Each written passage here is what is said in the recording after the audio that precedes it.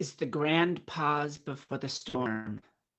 If we could afford the rights right now, I'd have You Haven't Done Nothing by Stevie Wonder playing. That's my roll-in song. Yeah. All right. Let's get started. Well, hello and welcome to this week's LBJ in the Arena. I am Varun Rai, the Associate Dean for Research at the LBJ School. This week's discussion is on a very important and pertinent topic, the AI conundrum. In particular, how AI will continue to transform human life and how, for that matter, human decisions will shape the trajectory of that transformation. I am extremely thrilled to be joined by Dr. Vivienne Ming to join us for this discussion. Dr. Ming is a theoretical neuroscientist, entrepreneur, author, and mother of two. She is a forceful global thought leader in the area of AI and has been really bringing a lot of extremely important aspects of this transformation in the public forum. She co-founded Sokos Lab with her wife, Dr. Norma Ming. Sokos Labs is a mad science incubator dedicated to solving some of the world's most pressing problems. She is, I cannot go through the long list, she is the winner of numerous accolades, awards, and honors, including top 5 LGBT executives and most influential women in the Bay Area, and many, many others. Really, it's an honor to have you with us. Vivienne, welcome to LBJ in the Arena. It's wonderful. As I've said a few times, I wish I could have been there in person, but it's a thrill just to have a chance to connect with everyone, even from afar. Great. Thank you so much again. Let me start with a broad question. AI is hot. AI is everywhere. And we're all thinking about it, talking about it, but it wasn't always like that. What happened? Take us back a little bit back in time, let's say a couple decades, and also tell us about the evolution, what has happened recently, but then also your own journey through the lens of that. All right. A big question is going to get a big answer. And I'm not here to be a historian of science, although there's some things that are pretty easy. So I happen to have done my Ph.D. work at Carnegie Mellon. So obviously you have people like Newell and Simon having developed some of the thesis proofers, the theorem proofers, the chess playing AIs. A lot of theoretical work done by von Neumann and others even before that. But, you know, up until the early 80s, AI was largely propositional logic, a whole bunch of if-then statements. And it turns out you can do all sorts of wonderful things with if-then statements, particularly in a domain like math, where propositional logic is just another form of math. But as I'm sure many people listening know, or at least have heard of, by the time the early 80s rolled around, this computational construct, the neural network, which had been conceived of long before in the 50s and the 60s, came to the fore when people essentially just rediscovered, they call it backpropagation, but, it's the chain rule. If you've taken calculus, you can do the basic math behind a neural network, even a deep neural network. And that happened to be at the University of California at San Diego, where a lot of this original impetus come from. James McClellan and Rumelhart, Terry Sarnowski, and now famous or infamous Jeff Hinton were all there together. So by sheer dumb luck, that happened to be my undergraduate university. And I had no intention of getting involved in machine learning. But after a very unusual career that I suppose we could talk about if we felt it was pertinent, but after attending and then flunking out and spending some years homeless, not a usual part of a story like this, I went back to university and tried to figure out which degrees I could finish in a single year because I am snobby, which technical degrees. And it turned out it was math, economics, or neuroscience. And I thought, math, what am I going to do with that? Little did I know. So I very literally flipped a coin between economics and neuroscience. It came up heads. So I decided to study brains. It did literally come up heads. So I thought I was going to stick wires into cat brains, or do a viral retrograde analysis of motor neurons in rats or something like this. And then I took the one and only programming course I've ever taken, and I did crazily well. My whole undergraduate was just an unbelievable. I'd never had success like that before. And without anyone even asking me, I was invited to be a research assistant at a place called the Machine Perception Lab. So this is the late 90s, and I get that many of you may not have been alive then, and yes, that does make you bad people. But I went almost overnight from I'm going to be a neurophysiologist to being blown away because at the Machine Perception Lab, the CIA had given them a whole bunch, millions of dollars, to build a facial expression recognition system that essentially could run in real time. And let's be honest, it was a CIA. They wanted to be able to do lie detection. Now, this may sound, maybe it sounds topical or maybe it sounds obvious, but remember, we're in 2020 now. This is more than 2 decades ago. There was nothing like this. Even the idea, all of machine learning was still pretty much a scientific curiosity. As people often talk about it, it had gone in waves from the belief that these early propositional logic systems could basically model all of human cognition, which really died out by the 70s with this sort of notorious case of a bunch of researchers at MIT thinking they could figure out all of vision that summer. Didn't work out that way. And then everyone hoped that the neural networks of the 80s would figure everything out, and it didn't quite happen. And then we moved into graphical models and Bayesian models, and it's this long history. And you probably have heard the term of an AI winter, being these periods where interest in artificial intelligence dies out because the promise isn't realized. Well, when you're on the inside of it, you see that it isn't really that way at all. These big nonlinear events, like deep neural networks that my story will take us to, isn't really the actual experience of it. Yeah, neural networks lost some of their appeal in the late 80s, but those graphical networks are what drives Facebook. And those Bayesian models are what get used in pricing algorithms for instantaneous auctions on Google.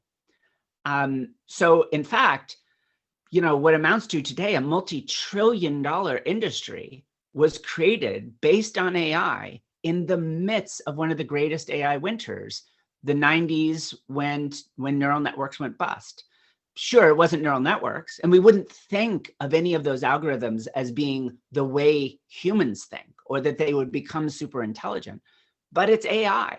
It never went away, and it generated an enormous amount of wealth for people. And of course, as we all appreciate today, changed a whole lot of how we interact with one another, social media, online ads, ad targeting.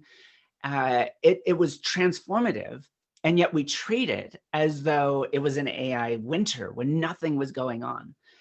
But it didn't capture our imagination. Most of that doesn't feel, again, like human intelligence. So that's what the world I entered into. And we were working on this project to do real-time facial analysis for the CIA. And it was amazing. Ethical issues aside, which is definitely how everyone was thinking about it back then, because you weren't really thinking about practical applications that much. You were dreaming about it. I'm a total sci-fi nerd. Everything for me was what you could, in theory, do, but no one had really seemed to have built a lot of practical systems. Not with deep neural networks, at least. Those hadn't come along. So during that period, we're working on all this, and I saw a demo of what was the first truly practical real-time face tracking system invented by a guy named Paul Viola at MIT. And it was amazing. You could hold a dollar bill and move it around, and it would track George Washington's face in real time. And again, I'm talking about a PC running in 1999. It was very impressive. You could throw up a picture of the audience, of the lecture hall where he was giving his talk, and it would find everyone's face. But you may already be suspicious. The face of a bunch of academics in San Diego, what does that look like? Is it really representative? Well, the internet wasn't very representative at the time. The internet was very white. And he then runs across this example where it's a picture from Star Trek. It was the crew of the Enterprise, and it failed to put a box around one face. And I'm willing to bet everybody here that's a nerd knows exactly who that face is. It was Uhura.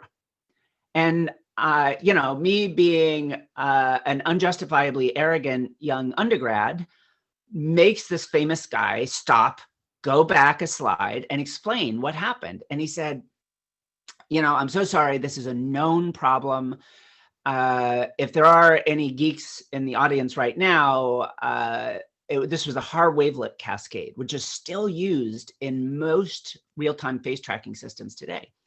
So he says, these cascades, they're very sensitive to contrast, and we trained it on the internet, and Flickr and all of these tools, they're overwhelmingly white, and we're going to fix this. Don't worry about it.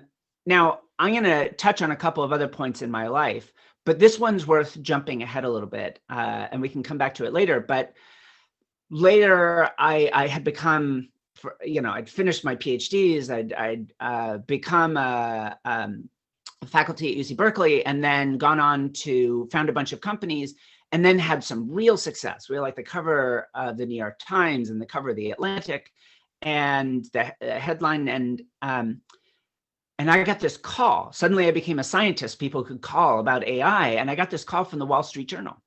And they said, Dr. Ming, Google just labeled a Black couple as gorillas. Is AI racist? And if you've been around, you probably remember that. It was a pretty notorious thing. It caught a lot of public attention. Trust me, inside Google, it is very notorious. Oh my goodness, they have rent their shirts again and again, beat their breasts, trying to figure out what happened. Technically, it's actually pretty easy to understand if you've ever seen the photo. But at its heart, I'm left with what I told that reporter, which is AI, in this case, finally deep neural networks. It's just like the rest of us. It depends on how you raise it. If it only ever sees white people, then yeah, it's going to be racist. Now we jump forward to today, 2020. And I'm sure almost everyone in the audience, even if you're not involved in AI, has heard all of the controversy about facial recognition, about a study done by a professor at MIT showing that if you're a woman, if you're Black, God forbid, if you're a Black woman, it is truly not effective. And yet, these things are in production. People are using these to make decisions about security, about border control, about boarding planes. They're using it with the police. There are companies trying to sell this for hiring purposes. And I'm going to come back to this story, but that company I mentioned that kind of made me pseudo famous, that was AI for hiring. I'm willing to tell you, as someone that has done work both in facial recognition and in AI for hiring, there is absolutely no scientific validity to the idea of using facial recognition to decide who gets hired. I'm not saying there's no possible signal there someday, but there is no reason to believe that anything anyone has out there today actually works. And yet it's being sold and people are buying it. So, I ran through that story really quickly and covered, over 20 years of time there, because it gives you some sense of my experience in this space. It was so amazing to be able to build this thing as part of my undergraduate honors thesis that could understand when someone was smiling, not just smiling, but when their supraorbital muscles were contracting and it was a real smile. And I was hooked. That's what I wanted to do. When I went around to interview for grad schools, I told people I wanted to build cyborgs. I wanted to take the best of what machines could do and the best of what people could do and mash them together, literally. I actually sit on the boards of a bunch of neurotechnology companies. Now today, I didn't know that it would really be something we'd be able to do, but it's right there as a kind of potential. And amazingly enough, although a lot of people thought I was completely and totally crazy, by the way, not a wrong assumption, I had my pick of places to go study. So, I spent 5 years at CMU, and I actually got to work on a new algorithm for cochlear implants. This is essentially a hearing aid that wires into the auditory nerve and right into the brain, technically, and restores hearing to the deaf. And I got to take this theoretical model that we'd published this abstract paper in Nature about and use it to improve how well people could hear the world around them. And I can go on, and I intend to, but I wanted to take a little pause here and say how powerful it is to be able to build something that actually touches people. Mm-hmm. I can geek out with the best of them about the math behind machine learning, about building the underlying infrastructure inside my companies that make these things work, but I don't actually care about any of that. What I care about is whether it actually solves a problem. And if we keep running on from here through the rest of my career, I think what you're going to find is that turns out to be so much harder than just building AI. AI is just a tool. This is where I'm going to end up at the end here. AI is just a tool. It will never solve our problems for us. In fact, what it does really well is reflect our own moral choices back at us. It takes history and throws it right in our face, because that's all it is history. And that's powerful too. But, I now have a long career that's been spent trying to solve real world problems in education, in hiring, in mental health and healthcare. And it's always about the people. There are only ever messy human problems. There's only ever messy human solutions. It's an enormously powerful tool, AI. And again, I want to continue the story, but it's worth really emphasizing that. Plus, I'm going to catch my breath and have some more chai.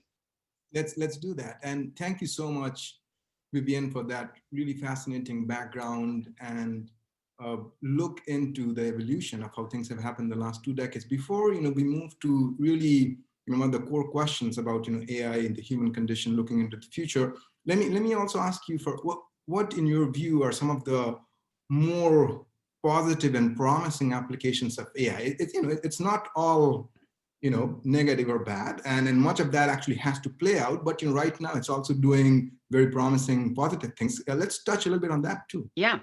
So I wouldn't do what I do if I didn't think that this could be a tool for good. But the funny thing is, I get asked to give a lot of talks about ethics in AI and AI for good. And again, for me, AI is a tool. It's like being asked to give a talk about hammers for good. I guess don't hit people in the head with them, build houses, which maybe also takes us in the direction. So I can sort of continue with my history here and still really get into what you're posing. After being an academic, and I still consider myself a scientist first and foremost. I just learned that it's a lot easier to trick venture capitalists into funding my experiments than it is to write grants. And they always fall for it. All you got to do is keep paying them back, and they keep falling for it. So my wife and I started a company in AI in education. We had this crazy idea. What if we could end all high stakes testing? What if you could observe the students while they were learning and turn that into a real-time mashup of a summative assessment, a formative assessment for all of you education policy people out there, all in one, and then give it right back to the teacher, the educator, or the parent in real time. Boy, everybody loved this. Every teacher we talked to was blown away by the idea. It may seem perverse, but ACT and College Board invited us to come give talks. And as I mentioned to some people before we got started, I even had the chance. My wife and I got to get up at South by Southwest EDU and give one of the keynotes in like 2012 or something about our work. Although I have to say, South by Southwest is a little weird. They actually refused to, they invited us to talk about our work and then said we couldn't talk about our work because they were uncomfortable with the idea of marketing at South by Southwest. One of the greatest exercises in branding I have ever experienced in my life. I think within a stone's throw of our stage was the Charmin tent. If you went and squeezed the Charmin on camera, they gave you a free coffee. But it was a blast. I loved being able to do that talk and sharing about our work.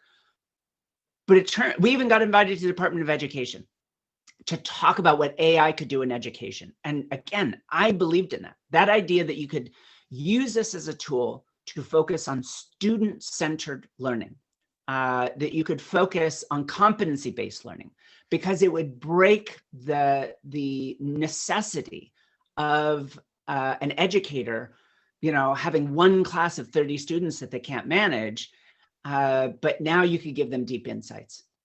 But the problem is, as much as everyone loved it, nobody wanted to change. No system there was invested in the idea of actually letting high stakes testing go. Not SAT, not GRE, not finals, none of it. And so that was a hard lesson. Like, I loved what we built. We published papers about it, but in the end, we didn't actually solve the problem, let's say, that teachers had in front of them. They may love the idea of a tool that would help more of their students go to university, for example, but their actual day-to-day problem, the thing they're being paid in a sense to solve, is maximize some test scores and decrease their grading time. Like, if you wanted to sell a tool into education, sell something to a bunch of wealthy moms in Westchester and Marin to help their kids get slightly higher test scores. That is a great education business that would change absolutely no one's life in any way. So it was hard to learn that you could build a tool like that provably would help. Everyone loved it, no one wanted to use it. I learned right there, and I've learned many times since, as an inventor, I invent broccoli. I invent things that everyone knows that they should be eating and using, but nobody really wants to. And I learned if I wanted to be a good entrepreneur, I had to figure out how to bake my broccoli into brownies. In other words, learn to solve a problem that was very immediate to what people needed, that they were literally, maybe they didn't realize it, but they were reaching for something to solve a problem. If you could put it right in their hand right then, that is almost the only way to be successful. And then maybe you could sprinkle it with some nutritious broccoli and make some advances. But I loved that experience, even though in the end, we actually got pushed out of education. We just could not make a business of it. We had some success elsewhere, and we sold the company, and I started another education company.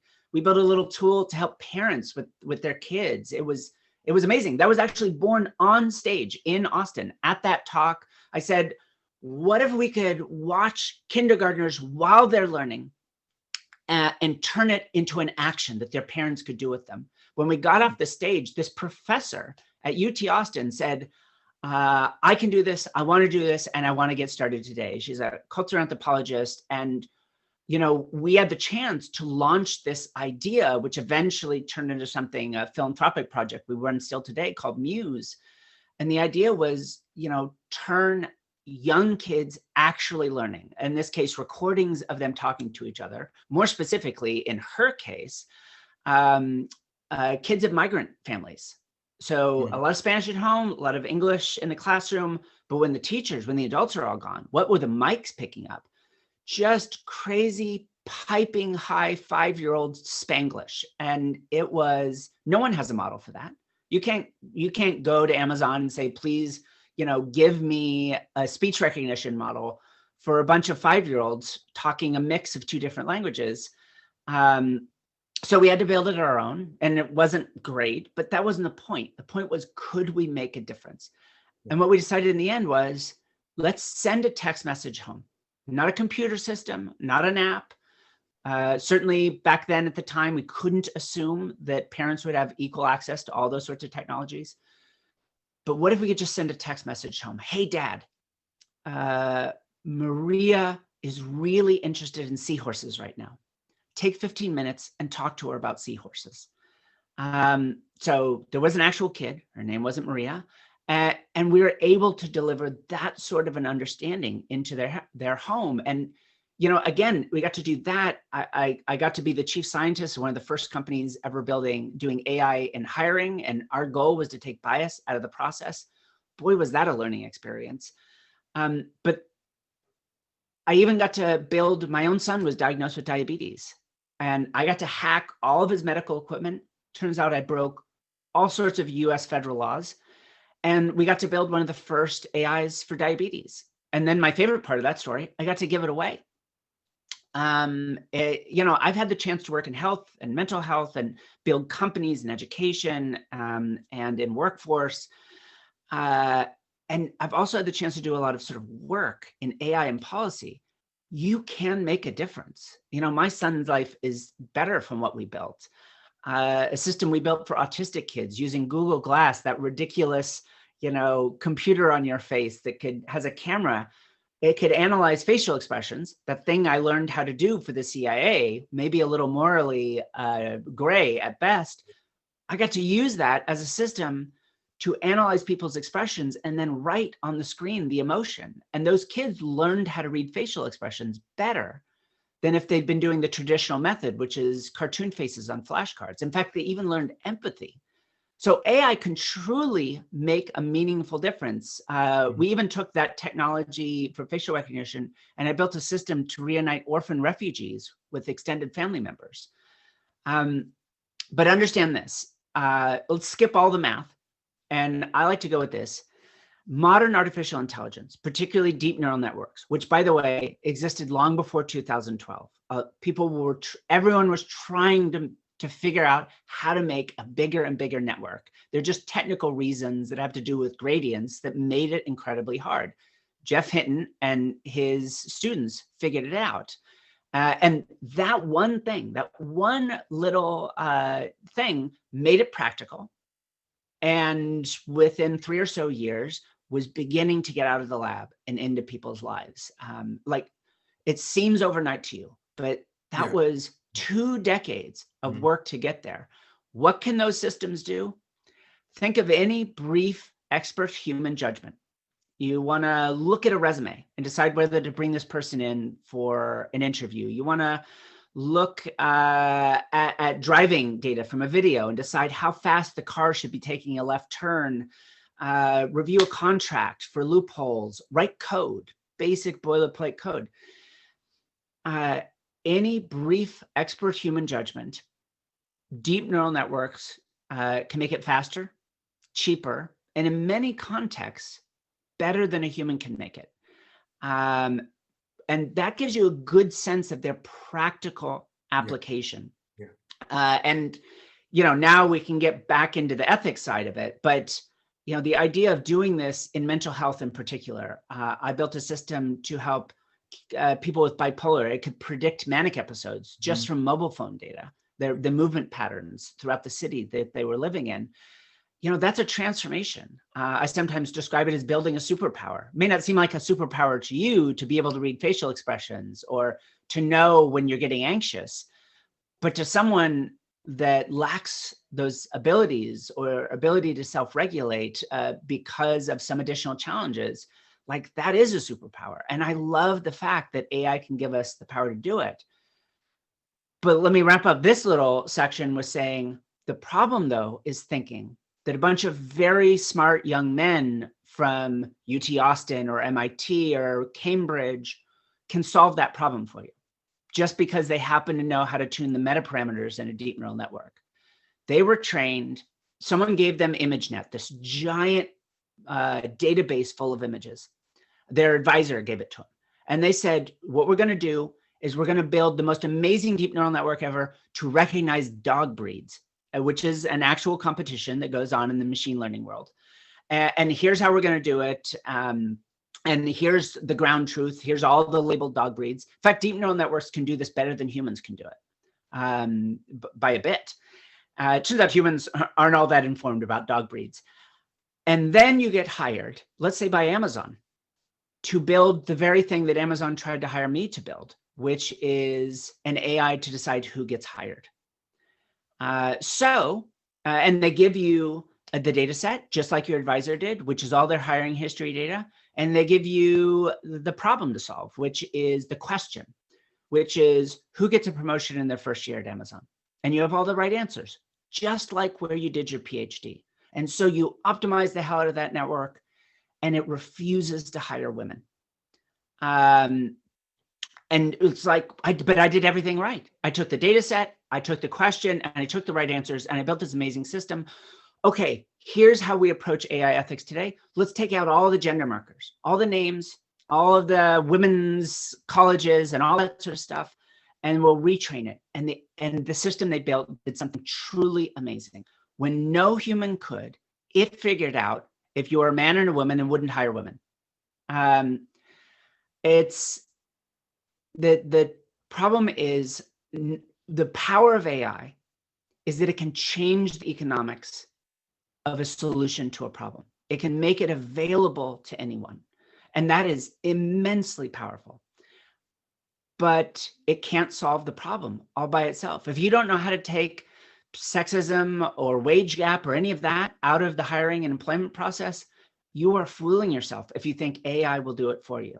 You have to understand that problem. And I don't think we have a good handle on it. No, that's, it's great to have both the bigger opportunity challenges, but then also, how specifically, it can be put to use. And I really like your notion of, hammer for good. You can just don't hit the head with it, just use it to build houses. That's a great metaphor. As we pivot, let me remind the audience, you could please type in your questions in the Q&A box. If we have some time, we'll bring those into it. Let's pivot a little bit, just based off what you said at the very end, Vivienne. Let's get to the heart of the conversation, which is AI good or bad? We started to kind of get some sense of it. Again, it's not a, it's a general question, but will it create more or less jobs? You suggested the economic trade-offs associated here and different pathways we can go down. And, but are these even the right questions to ask? You have written very eloquently on these issues in a series that you've called "This is Not the Industrial Revolution." Could you please share some of those core ideas here with us? Absolutely. So for the ladies in the audience, you may have been on a panel with a man that talked over you, or without scholarly authority said things that you knew were untrue. So I gave a talk at this conference called the Milken Conference. It's this big sort of the LA version of Davos. And I was on a panel with someone about the future of work. And he was so dismissive of everything. It's just like the Industrial Revolution. I have never had someone be so aggravating in my entire life. So I have found over my career that the best way to deal with this is to write about it. So I'm writing this book called How to Robot Proof Your Kids. And it was never going to have a chapter in it titled "This is Not the Industrial Revolution." But based on what that guy said, I simply went back to my hotel room, wrote that phrase down, "This is not the Industrial Revolution," and started writing. And now that draft, I guess, chapter, but we're publishing it ahead of the book at our website, is nearly 100,000 words long. It wasn't even supposed to be part of the book. And we're trying to explore this idea about what actually is the future of work and how AI affects these things. And one of the most important problems are we even asking the right questions about artificial intelligence? And one of the most common questions is, of course, that I always get asked, particularly as someone that actually used AI to understand jobs, to model hiring. Our data set was 122 million people. I got to run our models over 122 million working professionals and see what predicted the quality of the work that they did versus the likelihood they would be invited in for an interview. And it turns out you look at the exact same variables, hundreds of thousands of variables, and what predicts whether you get invited in for an interview is university, your last job, and your name. And your name being a proxy for race and gender and other things. What predicts whether you do good work? None of those things. So I've gotten to use AI in these particular domains. So everyone says, will AI create more jobs than it destroys? And that's the dismissive response is, well, the Industrial Revolution created, it took away all the jobs from these artisanal weavers, but, eventually, it created the textile industry and then the fashion industry. And when we look to that future, it will be amazing. But you have to understand a few things. A British diplomat wrote from India that the plains of India are bleached white with the bones of Indian weavers. Agriculture and textiles was effectively the global productivity medium of the entire world. And overnight, this tiny part of England took it away from almost everyone else. Like, the devastation on the global economy was massive. Wonderful if you happen to be in that one spot of Western Europe. But even there, it had all sorts of implications. It isn't as though an artisanal weaver lost his job as a weaver and got to found a fashion label as a result. That took hundreds of years to come about. I love this cartoon I read once, two horses looking down at a Model T driving into town. And one horse turns to the other and says, "The wheel, the plow, I'm not worried. New technology always means more jobs for horses." No one guaranteed that past results will guarantee future earnings. And in this particular case, the very question of whether AI creates jobs is the wrong one. As far as I can tell, it'll create lots of jobs. It will create a whole lot of jobs that are very low skill, low wage power, low autonomy, jobs bluntly that it's not worth building AI or robotic systems to do, because there's an army of people around the world desperate for work that will do it for even less. I'm not saying no one's working on AI in agriculture. It is being done, but all it's going to do is produce downward wage pressure on the people already there. And it produces a huge, huge demand for elite talent. And I want to disambiguate. I don't mean university skill level talent. I mean elite in a different way, creative talent, people that know how to explore the unknown. Because that is the one thing AI, at least as we have designed it today, cannot do.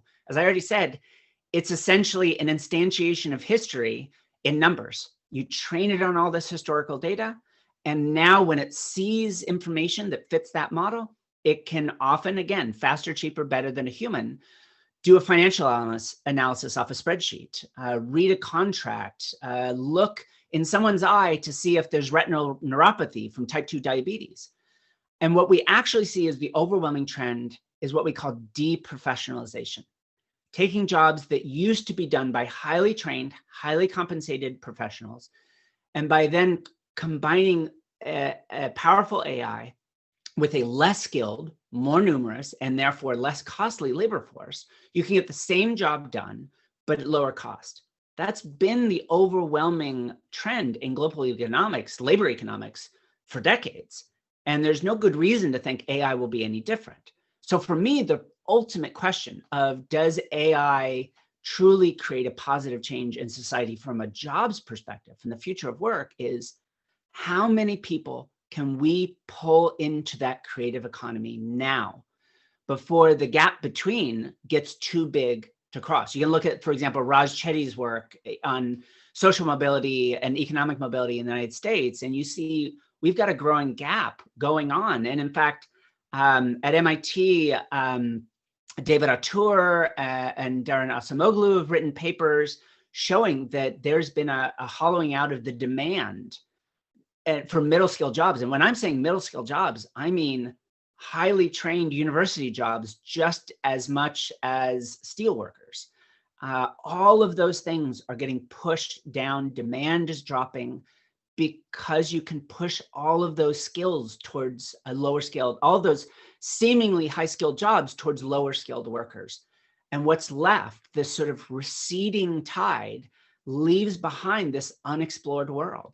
And that is what job demand in the future is about, your ability to explore the unknown. So obviously I didn't go into a lot of the economic modeling or the AI theory or anything there, but if you're looking at it from a policy perspective, the solution is not send everyone to university because they're just as exposed as everyone else is. It's not about routine skills.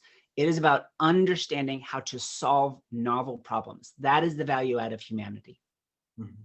That's fascinating, Vivienne. Really, there's so much to pull there. We won't have time to go further into that. We will, after this event, post many of the readings that and writings of Vivienne on the website along with this.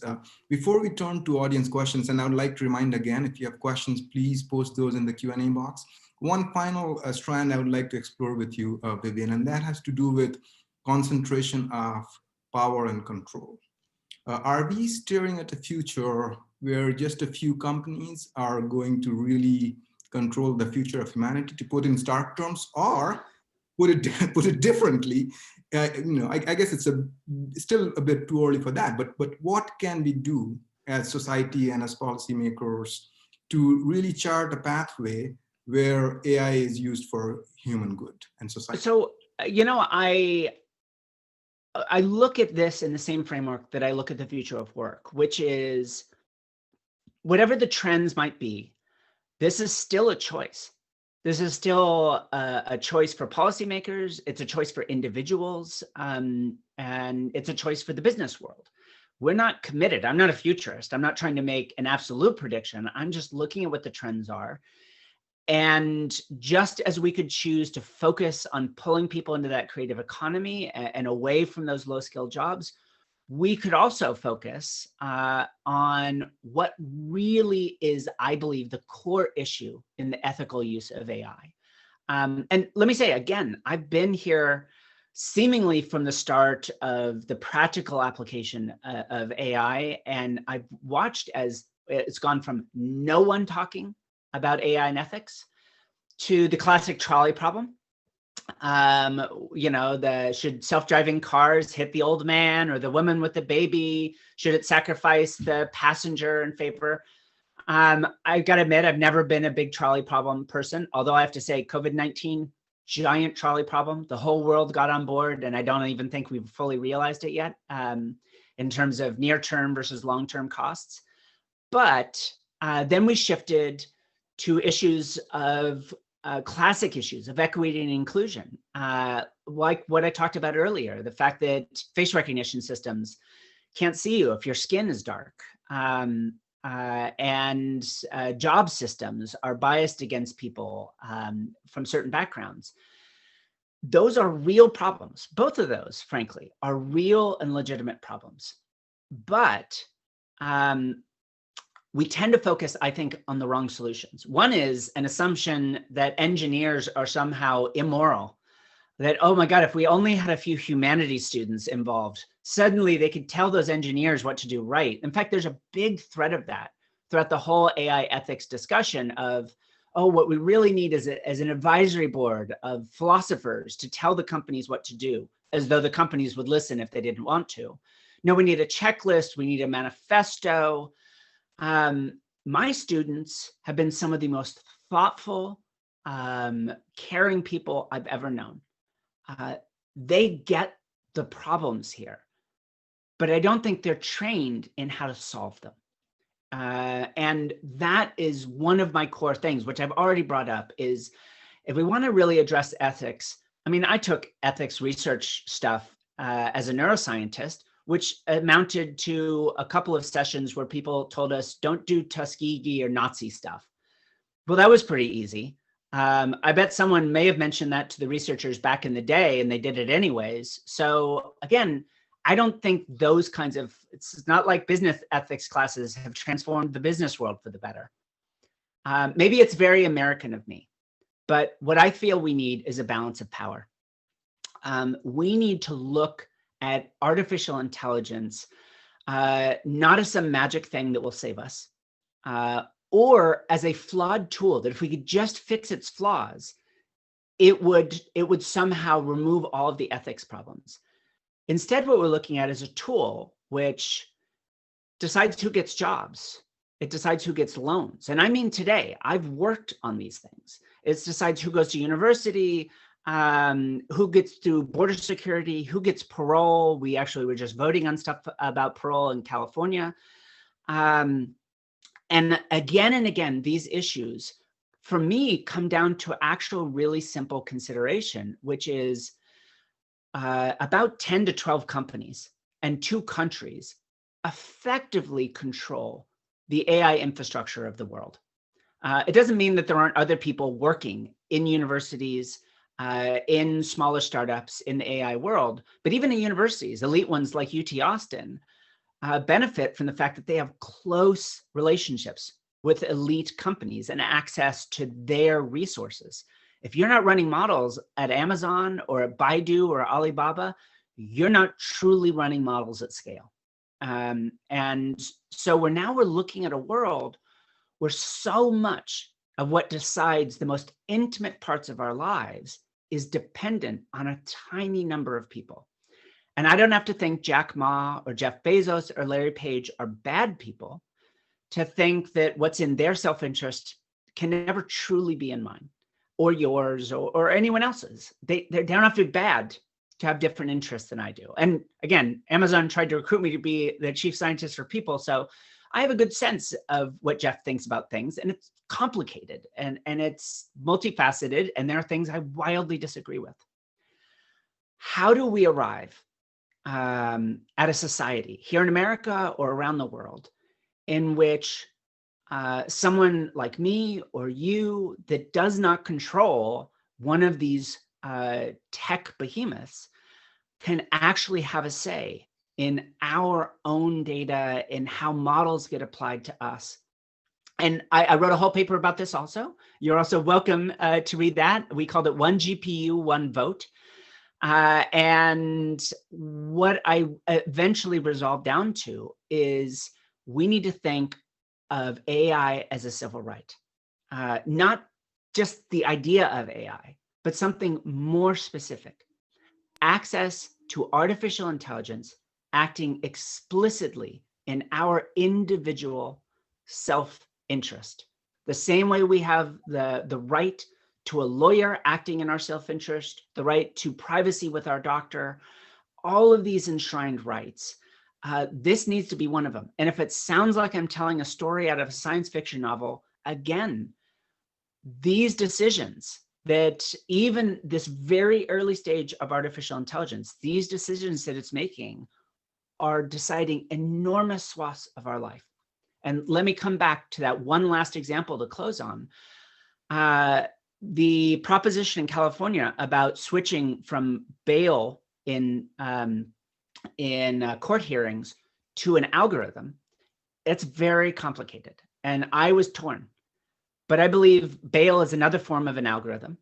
It's at least as biased as the existing system. It has had a long and racist history. And I think there's only one major flaw to be overcome in the algorithmic side. So I voted for the algorithm, but I did something I rarely did. I tweeted out an addendum to my vote, and it was this: we can't let that algorithm be a black box controlled by one company, or for that matter, one country. It can't be a tool of the prosecutor to decide whether or not I get bail, I get released. I should have the right to bring my own algorithm to bear. And I've had the chance to talk, for example, with the ACLU about designing just such algorithms and making them available for free, because the data is pretty clear. Bail actually doesn't make much of a difference, and almost everyone is not a big flight risk. You shouldn't have to spend time in jail, nor should you have to put bail down. If you had access to an algorithm saying, actually, I am great for this job, I should get this flown, and I absolutely should be released on my own recognizance, and that your algorithm could, in a sense, argue against the other sides rather than letting them pick their favorite one, which doesn't have to share any of its insides with you. I think that would be a huge step forward. In the paper, we have a number of other recommendations, including data audits and sort of a data equivalent of the World Health Organization. But ultimately, it's things like data trusts, building legal institutions that allow people to put their data together with other like-minded people, sort of a vote unto itself, and release their own algorithms or algorithms designed by crazy people like me to actually represent themselves. Because, you know, every day decisions are being made about you. And we have this vision that, oh, if we just take the bad actors out, everything will be fixed. it doesn't work that way. Yeah. Well, we will be sure to post that one GPU, one vote, that reading as part of the series. As we look at the remaining 10 or so minutes, let's take a couple of audience questions. Both of them have to do with health. Let me pick one and see how much time we have left to go before going to the second one. This one is about AI and COVID-19. And the question is, how can we use AI in cases like COVID-19 vaccine distribution, especially through the lens of AI being used for public good as a civil right? So I've had the chance to write a piece about COVID-19 as well. I actually got to work on a couple of things. I'm sure everyone had heard that it was a small startup using artificial intelligence that was among the first to actually detect the outbreak. Unfortunately, we really didn't have a system in place for an outside player to really raise a flag in time to stop it from spreading. But they were the ones that said, hey, listen, there's this weird new respiratory disease mashing up social media data with health data. And unfortunately, again, we weren't ready to acknowledge that. There's been advances made using AI, for example, in analysis of chest x-rays. Hasn't had as big an effect so far, but it maybe the next time around, these systems might be ready. The two things we got to work on were actually triaging science publications. So much research was being done on the novel coronavirus and COVID-19, the actual disease, that you just couldn't, it was all preprints. Nothing was getting peer reviewed. Stuff was going straight to the press. You never knew what was true and what wasn't. So a group at University of Washington started working on a system an AI to triage all of those papers. And we had the chance to make a contribution to that. And that sort of work actually at the Allen Brain Institute, they just published a system that allows quick summarization of scientific publications through their Semantic Scholar application. So that was exciting. And then we actually got to work in another space. I'm sure everyone understands that COVID-19 is kind of a classic super spreader disease, which is to say, generally speaking, about 70% of new cases are caused by 10 to 20% of infected individuals. And 70% of infected individuals never infect anyone else. So when you understand that, we started thinking, well, first off, of course, if you could identify those super spreaders that are infected and quarantine them, that would be wonderful. But we thought, what if we educated ourselves a bit? So we read up a whole bunch on predictive models. And there's been a lot of work done on this, particularly in Africa, looking at limited resources. If we only have a little bit of prophylactic intervention, whether it's a drug or an education policy or whatever, who should we give it to? Which people should we give it to that have the biggest impact on reducing the R0 of the disease? And it turns out people have done a lot of progress. They just never really put it into a sort of distributable machine learning system. So we toyed around with analysis of existing social media data and found that you could actually do a very solid job of predictively identifying people who would likely become super spreaders. Would it mean that they would? No, and I'm not advocating, minority report for people, but it would allow you to target resources such as incentivizing social distancing behavior. We think it's your previous behavior makes you very central nodes. You're very likely to become a super spreader. We will pay you to dial into your church meeting. We will pay you to not go to nightclubs. And here's what was the most obvious, and this was someone else's research, but we were able to then incorporate it into our model, a social analysis of elder care facilities, which account for the majority of deaths around the world. If you sort of loosely define elder care facilities around the world account for the majority of deaths. And a social analysis found that virtually every facility was socially connected to at least 7 other facilities in the United States. It was like they were designed to spread a disease like this. And of course, if you work in elder care, you're one of those low wage, low autonomy jobs I talked about with respect to AI.